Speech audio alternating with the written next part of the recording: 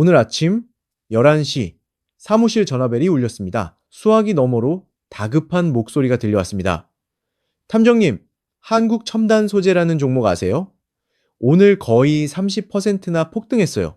그런데 이 회사가 작년까지만 해도 부채 비율이 1200%가 넘었고 파산 직전이었다는 얘기를 들었거든요. 도대체 무슨 일이 벌어진 건지 도저히 이해가 안 돼서요. 흥미로운 사건입니다. 죽어가던 기업의 주가가 갑자기 하루 만에 30% 가까이 치솟았다니 여기엔 분명 숨겨진 이야기가 있을 겁니다.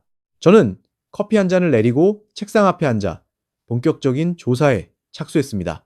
먼저 한국 첨단 소재가 어떤 회사인지부터 파악해야 했습니다. 한국 첨단 소재는 코스닥 상장사이며 원래 이름은 FPI였는데 2024년에 사명을 바꿨더군요. 주로 광통신 부품을 만드는 회사입니다. 광 스플리터나 AWG 모듈 같은 데이터가 빛의 속도로 이동하는 데 필요한 핵심 부품들이죠. 그런데 이 회사의 과거 기록을 살펴보니 상당히 암울했습니다. 2020년대 초반 글로벌 통신 장비 시장이 침체에 빠지면서 실적이 곤두박질 쳤거든요. 2024년 실적을 보니 매출이 고작 65억 원에 불과했고 영업 손실은 48억 원이나 됐습니다. 부채 비율은 477%까지 치솟았고 상황은 2025년에 더 악화되어서 3분기에는 부채 비율이 무려 1217%를 돌파했습니다. 솔직히 말씀드리면 이 정도면 관짝에 한 발을 걸친 상태였습니다. 그런데 2025년 12월 이 회사는 극적인 결단을 내립니다. 313억 원 규모의 대형 유상증자를 전격 발표한 겁니다. 거기에 1주당 0.5주의 무상증자까지 병행했습니다. 죽느냐 사느냐의 기로에서 배수진을 친 셈이죠. 그리고 어제 2016년 3월 24일 이 회사의 주가가 29.84% 폭등하며 2345원에 마감했습니다. 대체 그 사이에 무슨 일이 있었던 걸까요? 밤새 자료를 뒤지고 시장 동향을 분석한 결과 저는 이 폭등의 배후에 5가지 핵심 동인이 있다는 결론에 도달했습니다. 첫 번째 단서는 이른바 가격 착시의 마법이었습니다. 주식시장에는 권리락이라는 현상이 있습니다. 유상증자나 무상증자를 하면 주식수가 늘어나는 만큼 주가가 기계적으로 조정되는 현상이죠. 한국 첨단소재는 유상증자로 1,500만 주, 무상증자로 약 1,903만 주를 새로 발행했기 때문에 권리락 이후 주가가 1,700원대까지 폭락했습니다. 많은 투자자들이 차트만 보고 주가가 반토막 났다고 인식하고 공포에 질려 매도했습니다. 하지만 냉정하게 생각해보면 이건 주식수가 늘어난 것에 대한 기계적 조정이지 기업 가치 자체가 반토막 난 게 아닙니다. 스마트 머니들은 바로 이 착시 현상을 정확히 꿰뚫어보고 겁에 질린 개미들이 던지는 물량을 아주 조용히 그러나 꾸준히 주워 담기 시작한 겁니다. 두 번째 단서는 이번 사건에서 가장 중요한 증거물이었습니다.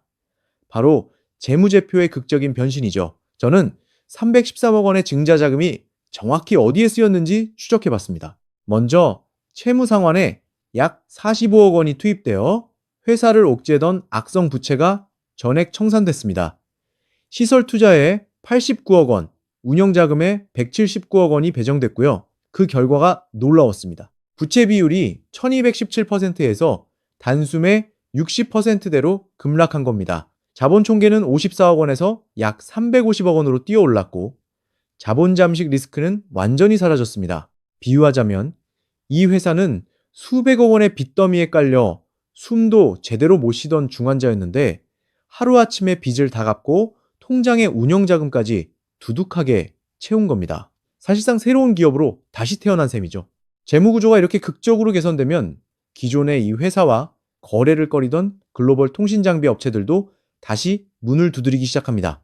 회사 측은 2026년 매출 180억 원에 영업이익 흑자 전환 약 5억 원 정도를 전망하고 있습니다.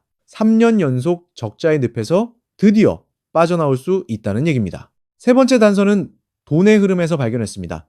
저는 최근 한 달간 한국 첨단 소재의 투자자별 매매 동향을 면밀히 조사했습니다. 외국인 투자자들은 주가가 바닥권인 2,000원대 초반에서 꾸준히 순매수를 이어가고 있었습니다. 반면 개인 투자자들은 증자 피로감과 손실 공포에 시달리며 연일 매도 버튼을 누르고 있었고요. 기관은 대체로 관망 자세를 유지하며 상황을 지켜보는 중이었습니다.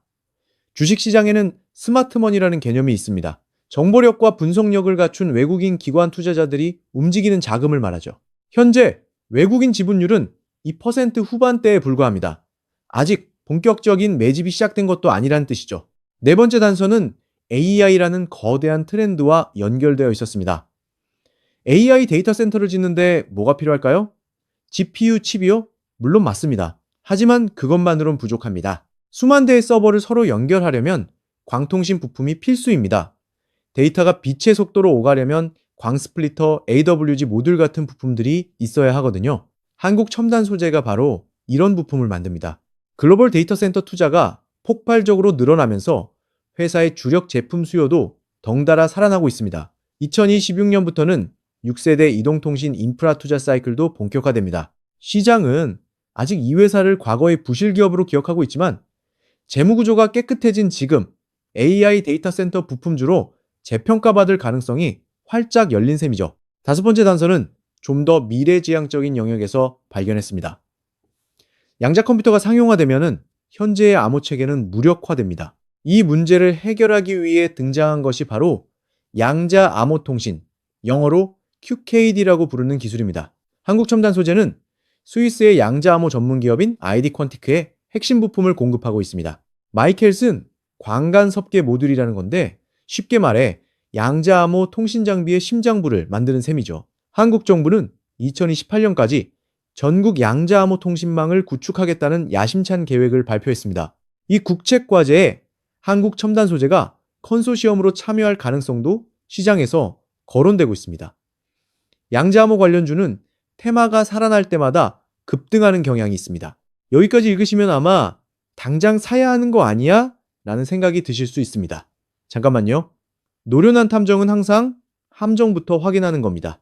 한국 첨단 소재에는 눈앞에 닥친 커다란 위험 요소가 있습니다. 바로 신주 상장 오버행이라는 문제입니다. 유상증자로 발행된 신주 1,500만, 주가 4월 6일에 상장됩니다. 무상증자 신주 약 1,903만 주는 4월 14일에 상장되고요. 합산하면 약 3,400만 주의 물량이 4월 중순까지 시장에 쏟아지게 됩니다. 기존 발행 주식 수가 약 3,800만 주였으니 거의 2배에 가까운 물량이 새로 풀리는 겁니다.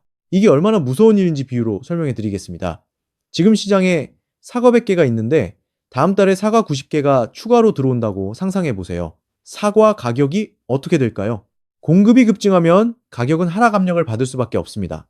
특히 유상증자에 참여한 주주들 중 상당수는 발행가인 1730이 원 근처에서 주식을 받았습니다. 현재 주가가 2345원이니 이미 35% 이상의 수익을 보고 있는 셈이죠. 이들이 신주 상장과 동시에 차익 실현에 나서면 단기 급락이 발생할 수 있습니다.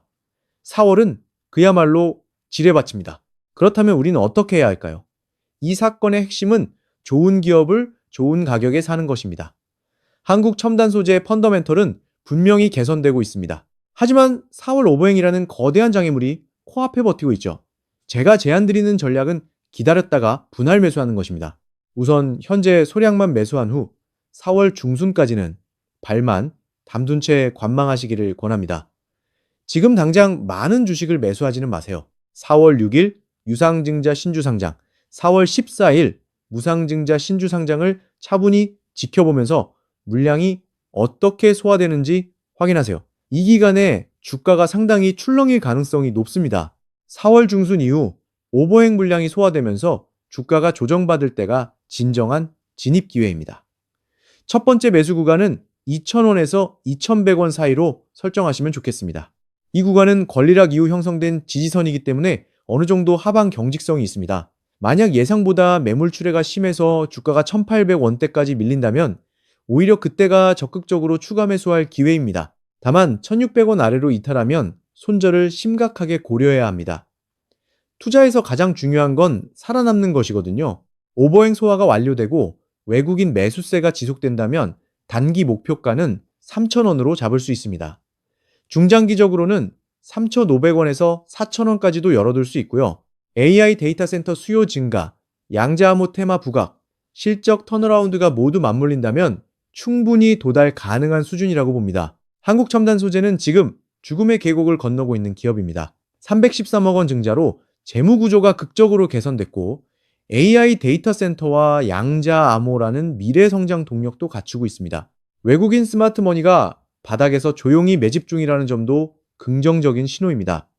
하지만 4월 신주 상장이라는 거대한 오버행이 코앞에 있습니다. 이 고비를 무사히 넘겨야 진정한 부활이 인정될 겁니다. 성급하게 뛰어들지 마세요.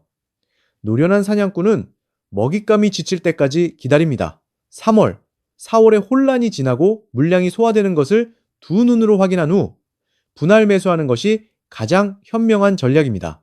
이 종목은 단타가 아니라 중장기 관점으로 접근해야 합니다. 의뢰인에게 전화를 걸어 조사 결과를 전달했습니다. 수화기 너머로 한결 안심한 목소리가 들려왔습니다. 감사합니다, 탐정님.